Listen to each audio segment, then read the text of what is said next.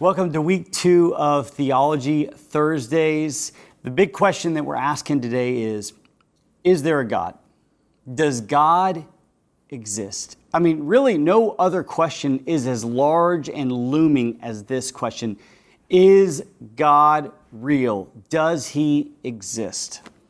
So what we're going to do is we're going to read a passage out of Romans. Now, I know some of you are saying, all right, so you're going to try to prove the existence of God through reading a book that claims the existence of God. It's kind of like circular reasoning. That's not the case at all, because what's really fascinating about this passage is it points outside of the scriptures, saying the existence of God can actually be seen and is evident outside of the very words contained inside the Bible. So we'll be in Romans chapter 1. We're going to read 18 through 21. It says this: "For the wrath of God is revealed from heaven against all ungodliness and unrighteousness of men who by their unrighteousness suppress the truth.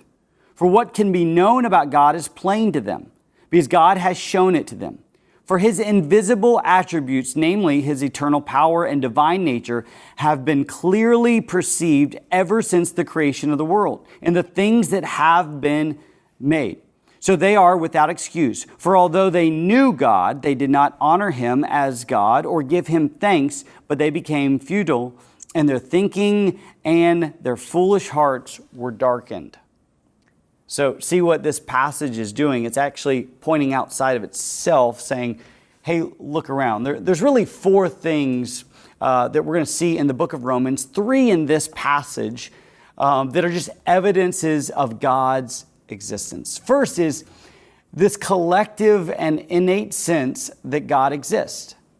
Isn't it fascinating that every culture that has ever existed has some form of religion, some idea of God? Every culture.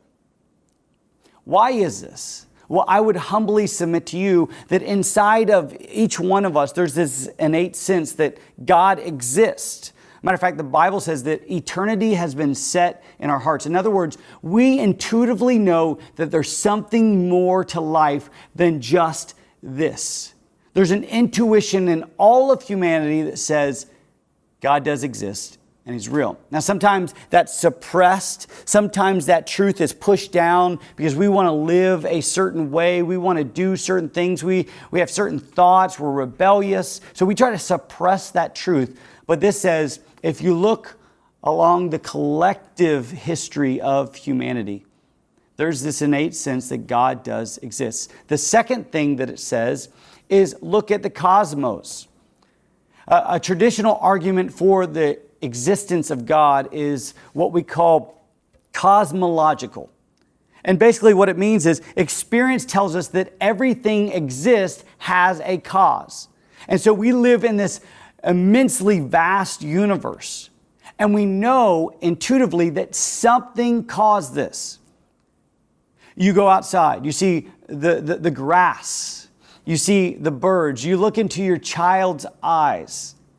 You recognize something about both our planet and the universe. Something caused this. There's always a causation to the results that we see here. And so this passage is saying the causation of everything we see, everything that's been created, is God himself.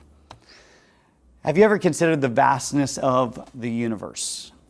What's really fascinating is this picture that we want to show you. It's been dubbed the pale blue dot. In 1990, the Voyager 1 spacecraft, it had completed its mission and was about to leave our solar system. And so scientists did one final thing with the spacecraft. They turned it around and they took a picture of Earth. Now, this is a picture of Earth that's 3.7 billion miles away. Our brains can't even wrap around that. 3.7 billion miles away. And this is what was said by astronomer and astrophysicist Carl Sagan. He said this: "That's here. That's home. That's us. On it, everyone you love, everyone you know, everyone you've ever heard of, every human being who's ever lived out their lives here on a mote of dust suspended in a sunbeam. What he's basically saying is, in comparison to the universe, the earth is just a speck, but it means so much to us at the same time. And that we know if the universe is this vast and this grand, whatever created the universe must be infinitely more grand and more vast. The Bible submits to us, well, that's God. You and I know that a God exists simply because we take in breath. Just because we know that the universe has been created, we can study the earth and the universe, it's been created. Another traditional argument that this passage presents is more of a teleological argument.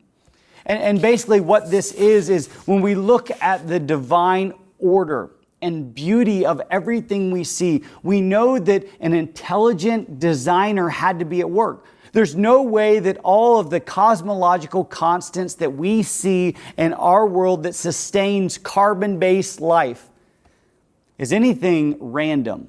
We know that. It's not random. There has to be an intelligent design by it. You know, there are precise cosmological forces on the earth. And if any one of these forces is removed just by a degree, life would be completely unsustainable. Things like our atmosphere, our uniqueness, our unique solar system, our uniqueness within our solar system. You kind of go out and you look at it from a science perspective and go, wow. I mean, all the factors that go into sustaining life. This must be intelligent by design that you and I are able to take breath. Many scientists have kind of factored out, like, what are all the factors needed to sustain life here on Earth? And one scientist, he thought, and some estimates think, that the probability of life existing have exceeded 1 in the number of atoms in the universe. In other words, it's 1 in so many different, so big of a number that you and I can't even fathom it. Have you ever asked this? Not just the order of the universe and the cosmological constants that we see, but what about beauty? If all this is random, why are we in awe of certain things? I've been to the Grand Canyon before, and you stand on the rim of that, and you're in awe of it because it's so vast and grand. And again, we're just a little speck in the entire universe. But you stand at the rim of that going, oh my goodness, I'm in awe. When I look at my wife and kids and the beauty of human life, like what is this that I'm sensing and feeling? Well, it's an argument for the existence of God. We appreciate beauty. Why? Because He has created it all. Now, there's one other factor that Paul will continue to kind of press into the church in Rome. It's in Romans 2, verse 14. He says, for when Gentiles who do not have the law, so Gentiles were anybody but Jews. So you had, in the Jewish mindset, you had Jews and then Gentiles. That was the rest of the world. They were not given the law, which is the Old Testament. So they have not been given the law. By nature, do what the law requires. They are law to themselves, even though they do not have the law. He goes, this is a fascinating part of the human life. That Gentiles still have a conscience, a moral compass, if you will. That's the same as the law that's been given to the Jews, but they don't have the law. What his point is there's this consistent morality that we see in humanity. Why is that? Why is there this collective sense of right and wrong through all cultures throughout the world, even though we're vastly different than other cultures? Throughout history, there's this collective moral code. There's never been a culture that has appreciated someone who backstabs others. Never. Why? There's a collective sense of right and wrong. I love what C.S. Lewis says. He says, there have been differences between their moralities, but they have never amounted to anything. Think of a country where people were admired for running away in battle, or where a man felt proud of double-crossing all the people who have been kindest to him. You might as well try to imagine a country where 2 and 2 made 5. His point? Our moral compass that all of us have is an indication that there is a God. See, if there is no God, then there is no moral compass. If there is no God, then everything is acceptable. It's all dependent on what you want to do at any given moment. It's hard to argue a constant morality or consistent morality without God, to Paul's point. So, does God exist? Well, the Bible certainly says He does, and then points outside of itself. We know that there's an innate sense of God in every human being. We know that from a cosmological standpoint, that something grand has created this vast universe. We know from a teleological argument that there's order and beauty to what we see. There must be intelligent design behind it. And finally, we know that there is a consistent moral compass in the heart of humanity. Does God exist? Absolutely.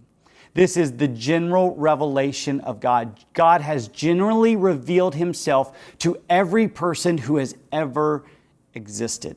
But He doesn't stop there. And so next Thursday, we're going to dive further in to what we call special revelation. That God has revealed even more of Himself to us. And how has He done that? Well, stay tuned next week for Theology Thursday.